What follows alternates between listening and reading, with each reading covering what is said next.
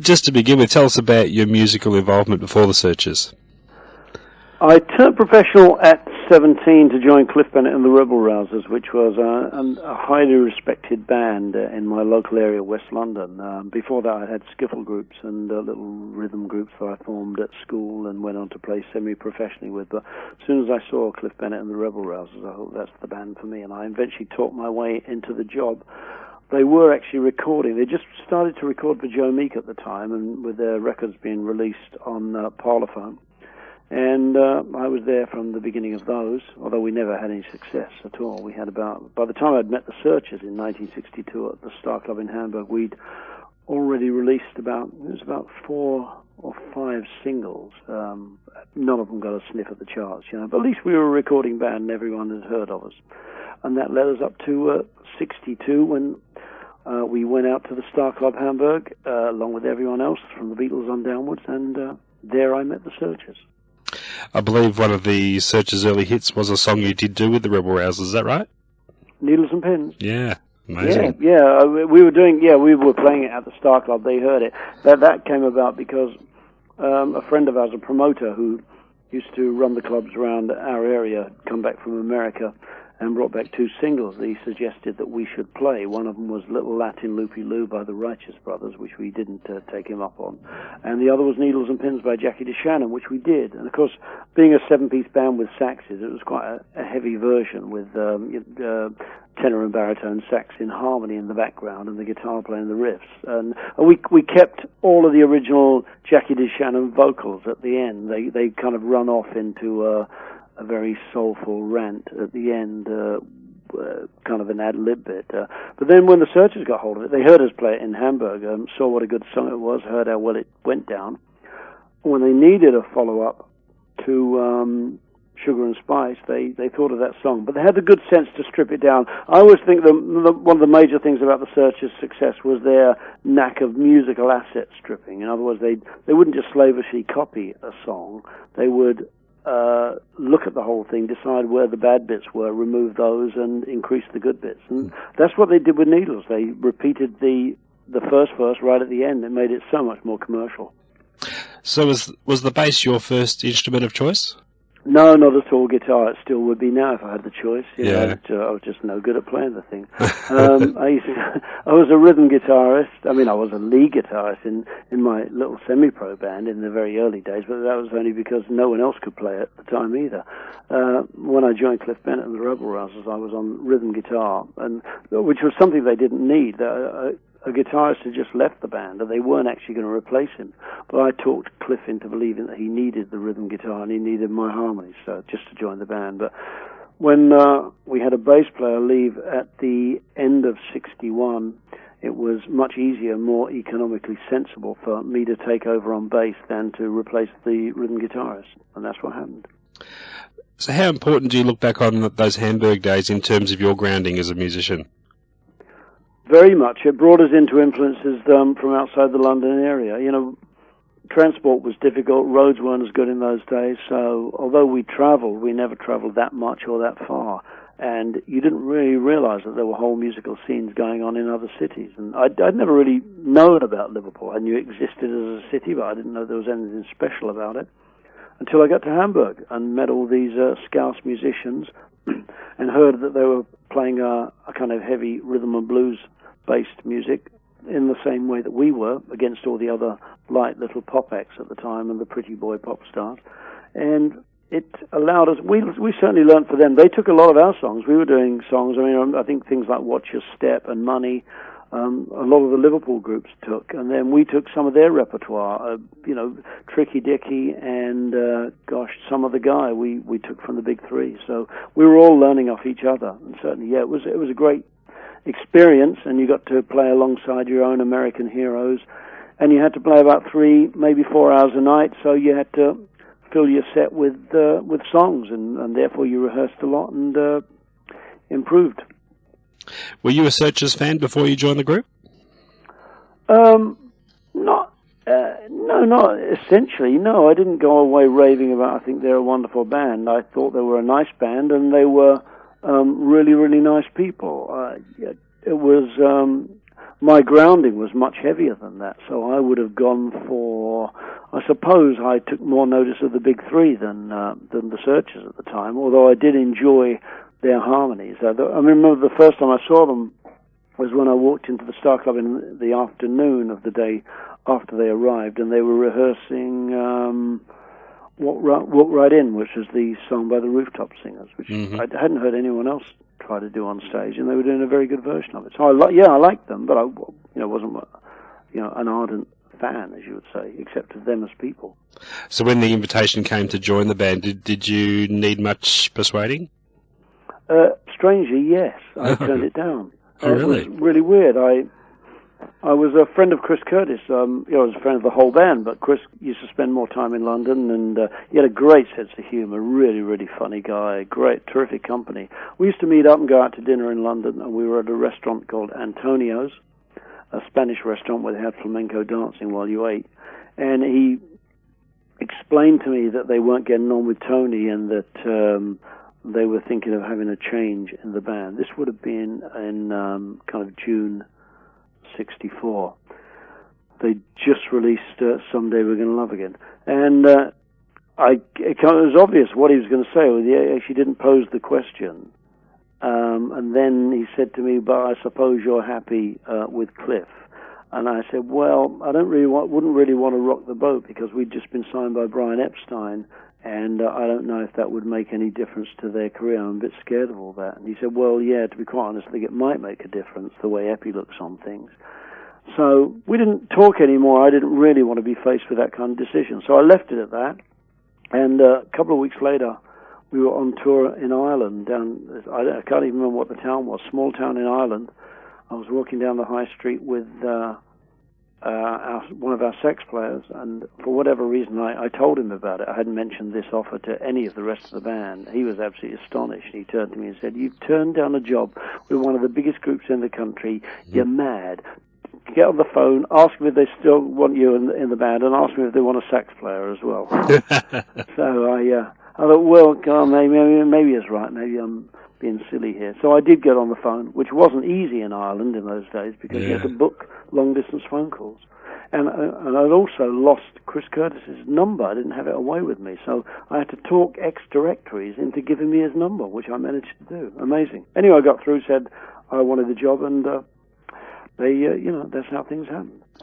Now, of course, as you say, the band was already quite successful before you joined. Did you feel the pressure on you as a new member to keep that success going? No, I didn't really. I didn't think it would be much of a problem fitting in, and naively, I didn't think that anyone would resent me joining. And in fact, it was quite easy. I mean, the first night I joined them, there were some shouts from the audience of, "Where's Tony?" and "We want Tony," sort of thing. But it was very, very minimal, and I didn't have a problem at all. And in fact, I did it without any rehearsal as well, because the joining date was brought forward because the news had leaked to the press. And we arranged to meet at the theatre in Coventry on the first day of a week in cabaret that we were doing with Dusty Springfield and Eden Kane and some people like that. And I was going to meet the band at 1:30 in the afternoon to run through the set list of what we were going to do, because I'd only been listening to the records at that point. Well, they turned up at 4:30, so we didn't get a rehearsal at all. We just sat in the dressing room and kind of like went through the songs on guitar. I'd never played with them before. It's fine. I thought one thing that always separated the Searchers from their counterparts at the time was that your fan base was probably more widespread. It had that teeny bopper element, but there was also the older fans that were attracted to the music as well. Would that be a fair comment? Yeah, that's true. In the same way as the Beatles, really. Maybe not quite as controversial, but in that we were fairly acceptable on all fronts. You know, your kids could like us and the parents could like us, and we were no threat to anyone. We were the clean-cut lads, always played in suits and looked very, very smart. And in fact, we were clean-cut. It wasn't a pose. You know, I didn't even drink at that time. I didn't start drinking probably till I got to Australia later on. In fact, not even that. It was later. It was in the 70s, but I did kind of start in Australia. But yeah, and even Mike and John, who drank very, very moderately, and they weren't girl chasers. They were happily married people who didn't cheat on their wives. It was quite remarkable in the kind of business that we were in. Yeah. Yeah, we were acceptable to everyone. Did you feel in competition with the Beatles? Did you look on them as rivals? They were streets ahead of everyone. I don't think you could look on them as competition because there was no chance of ever winning if you looked on it like that. Yeah. But we were fighting for places in the charts and taking what places were available. No, our competition was more with the other bands that were on our level. But it was always a very friendly rivalry. I don't think you had quite the bitchiness that you get now. I mean, it's such a big business these days, and there's so much money pumped into it, and egos are fed so much more now that it's a lot more. The competition is a lot more serious. I mean, you've always read in the papers, particularly in girl groups, really, about someone's made some comment, or how can they be, considered prettier than I am, and how can they be up there and I'm not? It's that kind of thing wasn't really around when we were around. I think we were all lucky, grateful to be there. Now, you enjoyed a hit straight up when you joined the band with When You Walk in the Room? When You Walk in the Room, yeah. Yeah. And I was in Australia at the time that it was... it was released actually about a week or two before we came on a 64 tour of Australia, which we did with Del Shannon, Peter and Gordon, Eden Kane, and Dinah Lee.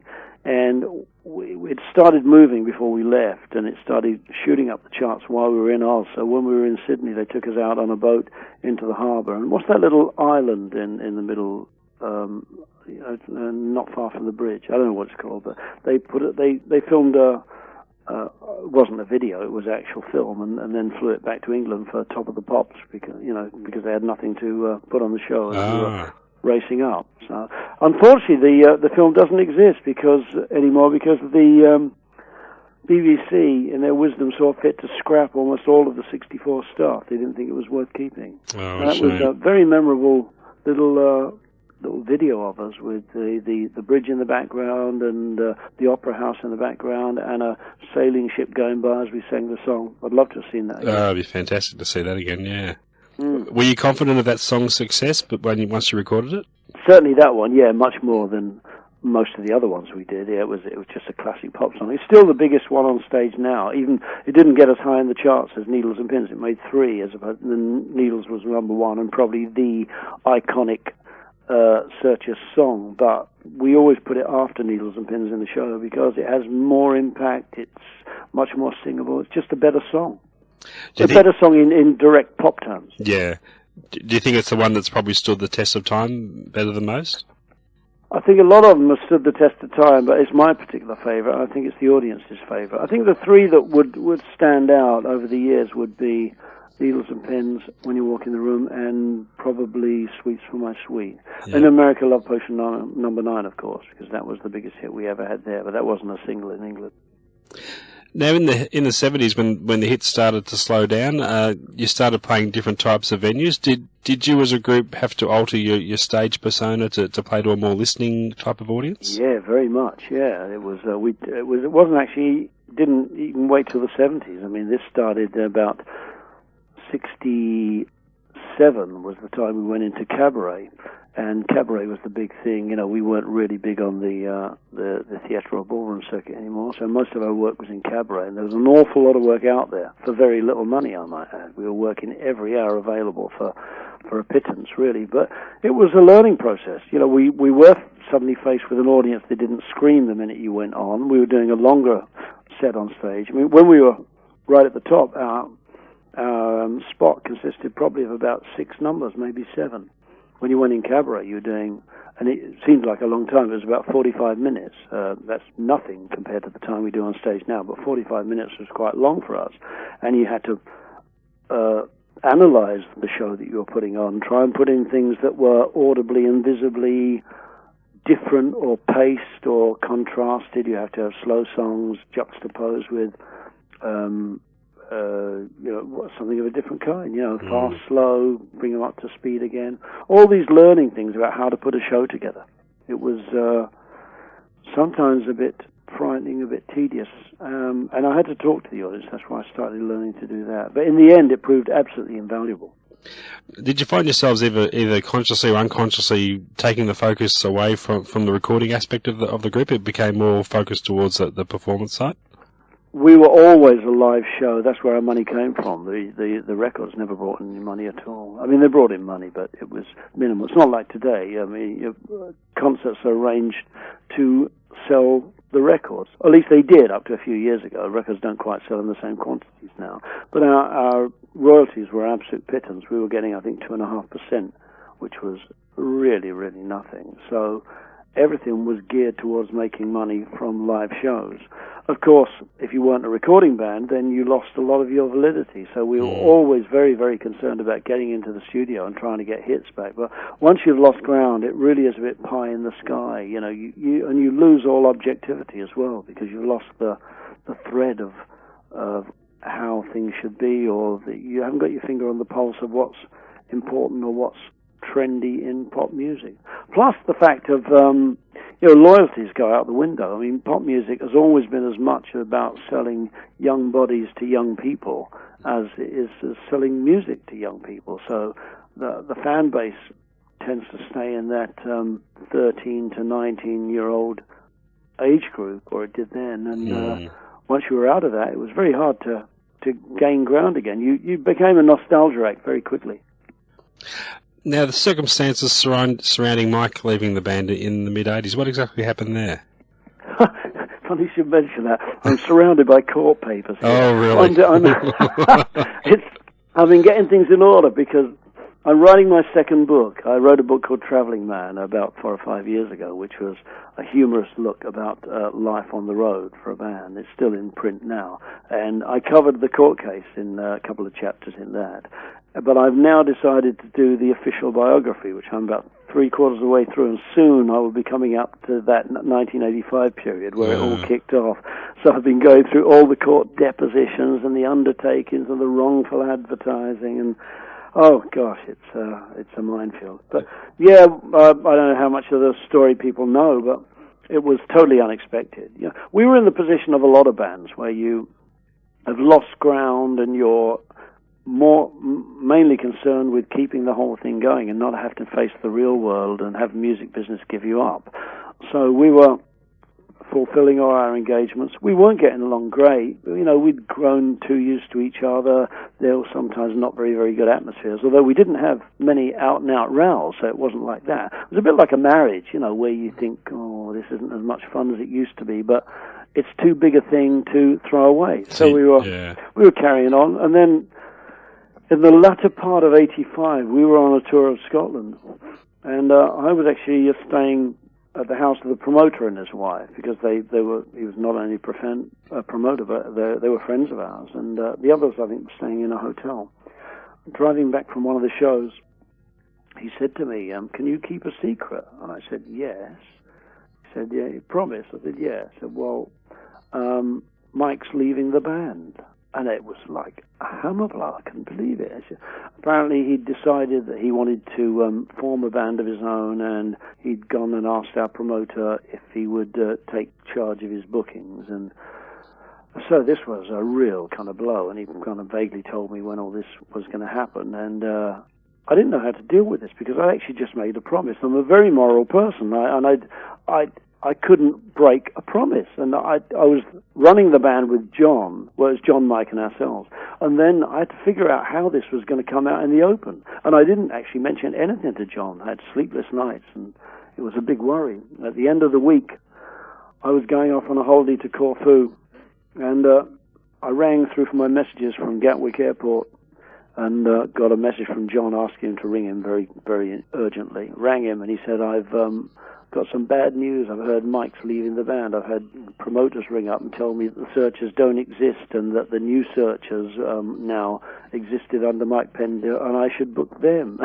and anyway, that's when it all came out, and we were at least able to discuss the whole thing. So now we both knew, and we said, well, what do you think we should do? So we said, well, let's discuss it when I come back off holiday. And this might be difficult, might be a breakup for us, but I'm willing to give it a go if you are. Anyway, when we came back off holiday, John and I went through the whole thing. We said, well, let's go for it. You know, we can't be kind of beaten by something like this.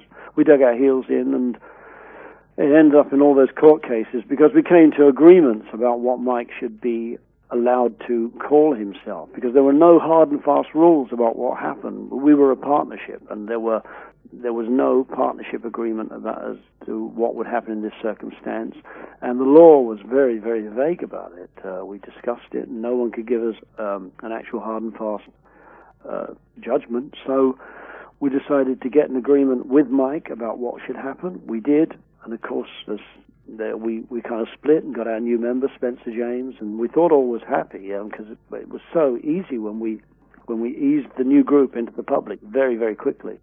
But of course, all the agreements that we made about billing and what Mike should call himself started getting abused from day one, and it ended up we had no other option but to go to court and take all. We went to court a couple of times. We won on every occasion. We took clubs to court. We took Mike to court. We took him to court for a contempt of court and all those things. We won every one of them, but it's very, very stressful, very expensive, and not to be recommended. It sounds like it got extremely messy. It did get messy, yeah. And it doesn't die now. We just heard of something in the States today, because we've just come back from a tour of America where we did shows in New York, Washington, Annapolis, Connecticut, and finished on a show in Las Vegas the other day. And we'll be going out there next year. And we came across, someone pointed out a situation where there's some kind of PBS thing where I think he's advertised wrongly. Anyway, we've got to take care of that. But it happens all the time. It's just a constant pain. So initially, though, were there any thoughts of putting the band to bed? I suppose, no, there were fears. There weren't thoughts of it. We wanted to carry on. I was scared, important member leaves, and mainly when it's the lead singer, and if they get the right push behind them, if they've got the talent to do it, then he could have easily taken it away from us. But I think it was proved in the end that it's not just whether you're one of the main faces, whether you've got a great voice or whatever, it's the quality that you put into the show and how much you value and how much you protect your heritage, because John and I were neither particularly lead singers, but we put everything into motion very, very carefully, and we invested money into the show at that point. And I think we did it very, very well. And there's no doubt that we won. Our coin from that point just went up.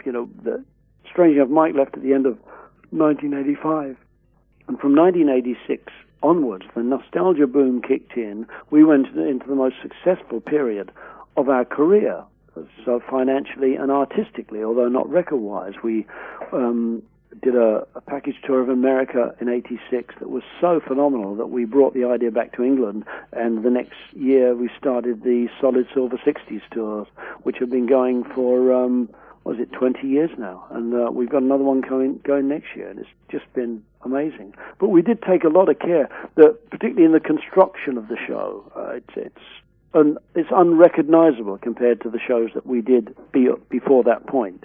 I think it's not blowing our own trumpet. Well, reluctant to blow our own trumpet. I think it's one of the best paced and the best put together shows of a band of our era that I've ever seen. And that sounds flash, doesn't it? But I think it's realistic to say that, and we know that in the results. So how is Mike billing himself now?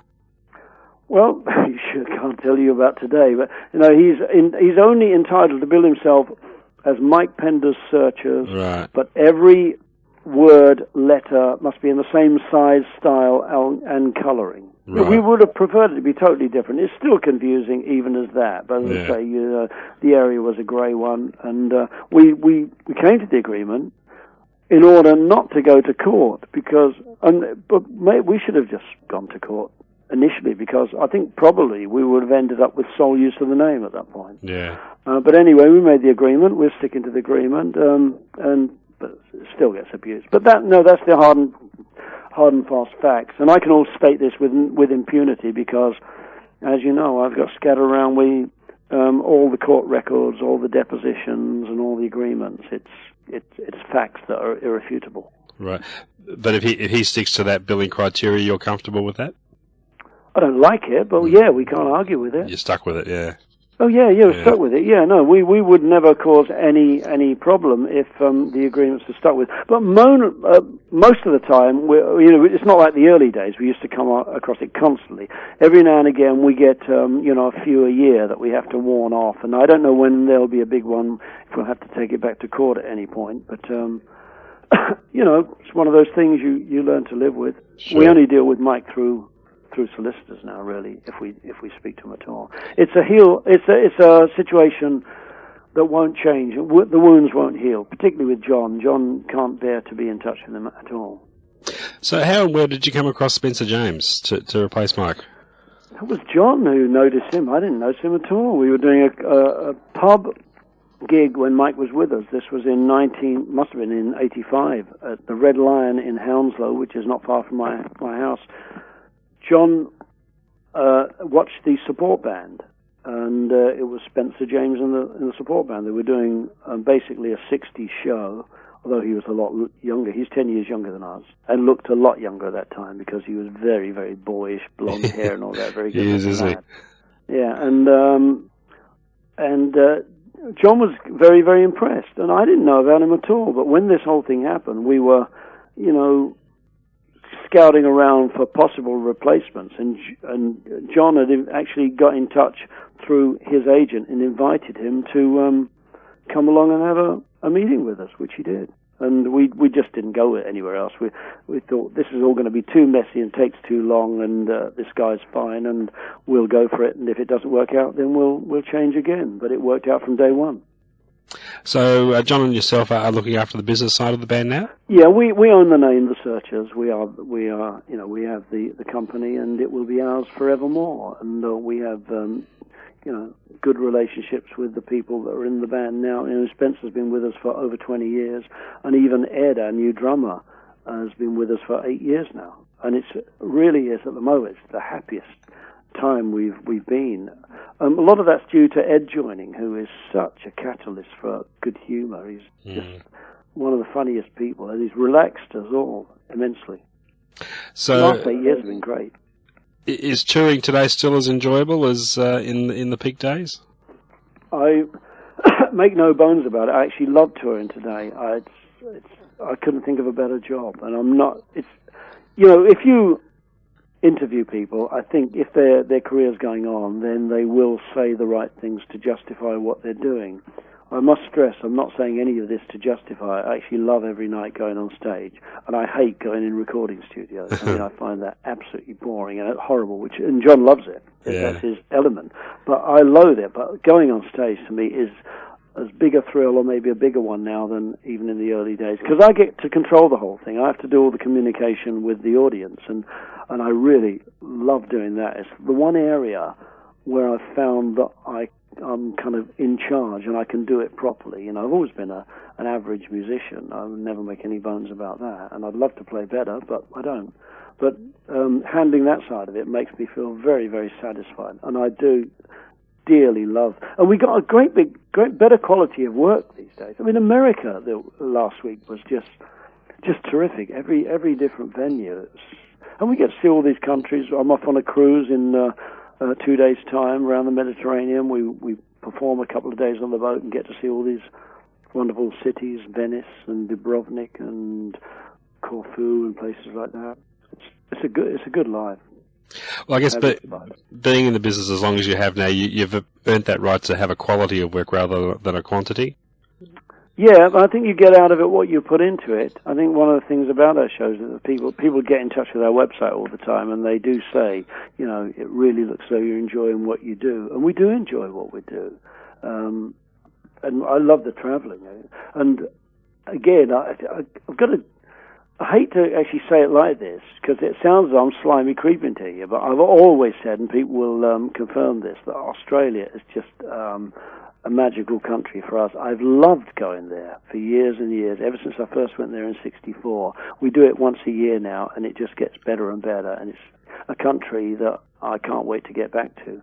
And at the end of '85, that was one of the bugbears with Mike, actually, because... Well, I think we'd stopped going there in about '83 because it was financially very, very difficult to make it pay. John and I loved the country. Mike didn't want to go there. He actually hated being in the sun, hated being away from home, and there was the justification that it wasn't financially feasible to do it. And we had an amount in mind that we all agreed would be the level at which we could return, and we were dying for that to happen. And then in '85, company came on wanting us to go to Australia, and we were in the PRT studios in London doing a single called I Don't Want to Be the One. And we had word from Australia. They agreed on the terms, and the three of us got together, and John said, we got to let them know this week. You know, they've met the kind of money we want, and we've got to let them know that we're going to come and do the tour. And Mike said, well, you can go if you want, but I'm not. And that was, we weren't able to go to Australia. And that was it. We were faced with it. And we just didn't know what to say. And John and I discussed it. We thought, well, if we push this, then the band's going to fall apart. We're just going to have to swallow it, which was a very bad thing. But we didn't actually know all the plans for leaving were probably in place at that time. And then, blow me, once we left, the first offer of work he got from Australia, and he needed the work, so he went there, which was really annoying, because John and I were desperate to get there. I mean, we really do have the best times there. It's all those clubs that we're so fond of, you know, Rudy Hill, Canterbury and Hurlstone, and Twin Towns up there, and it's just the best. We'll be there next year in January. Do you find yourself having to check Mike's schedule to see that you're not No, we don't bother. No, we don't keep a check on his schedule. I don't know if he does on ours. Seems to have given up on a lot now. It gets brought home to us if there's a bit of wrongful advertising, and then we have to make a check on the whole thing. But to be quite honest, it's a totally different item now, because about 3 or 4 years ago, he started doing these shows called, what were they called, Reelin' and Rockin', where they had one band, a kind of little review thing, where they had one band and lots of lead singers from band, and he joined that. And because of that, he was working in that most of the time, and he disbanded the group that had been basically backing him for a good few years. Well, I think those dates have either got a lot less, or they don't do that anymore, or he's not a part of it, but he no longer has a band, so he tends to just pick up musicians and, you know, put them together for one show, which I don't think, well, it's a kind of a bit of an insult to the name of the Searchers, really. I find that most offensive, you know. I find it offensive to have 3 guys who are just dragged in and pretending to be Searchers anyway, but to think that they're just picked up on the night, you know, without proper rehearsal and all that. But then again, on the other hand, I've got to look at it that it's a bit of a bonus in that it's not going to be very good. And if the comparison's made, then we're going to win. It's a nasty business, isn't it? I don't know whether it's wise to talk like this or not, but, you know, these are the facts of life, and you have to be honest about it. Absolutely. That's the way I feel about the whole thing. So what's in the books for the Searchers coming up in the next year or so? Whew. God, so many things. You checked out our website. It's full for the end of the year. I mean, I can't tell you the individual dates. No. We're doing. See, we've instituted our all-evening concerts, which are the most popular things with our fans, where we take over a theatre for the whole night. We do an hour, then we give them 20 minutes interval, then we come on and do an hour, maybe even plus sometimes, and we go right through the whole history of the band, and we do that. Most of our work is that. We've actually done a few of those in Australia as well. And it really is fun because you can get those B-sides and the album tracks.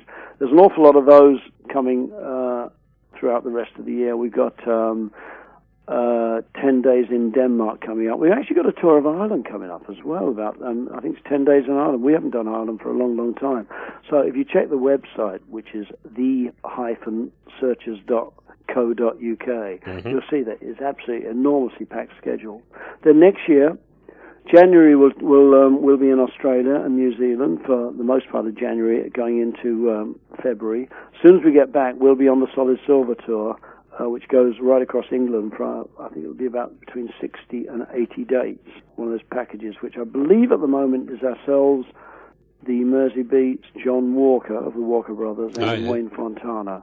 So that will take up, I mean, that's almost the first part of next year gone. As I said, since our return from America, it worked out so well that they're already now trying to plan a whole lot of new dates out there, so that'll be in. But I don't think more than a couple of weeks ahead for me. It's as much as I can do to take all that in. I mean, we get back from this cruise on the 20th, and we have one day at home. Then the 22nd to the 26th, where we've got a whole run away from home doing these holiday weekend places, like where people go away to a country house for a weekend. And so I've hardly got room to breathe at the moment. Yeah. It's great. Busy times ahead. Well, we look forward to seeing you down here in January. That's fantastic. That's something to look forward to. Can't wait for that. And in the meantime, if we see any advertising for Mike Pender's searches, I'll check. I'll be checking the size of the lettering for you. I hope you don't, because it's so much aggravation. It's all brain damage. I can well do without. Just the same. I'll be checking the size and colouring of the lettering. Thanks, John. Good I hope that's okay for you. No, it's fantastic. Really, really good. We'll package that into a nice 2-hour show for you. Oh, great. Anything else you want to know, then you just get back to me, and we can do it again. Good on you, Frank. Thanks a lot. Thanks a lot. All the best. Take care. Bye.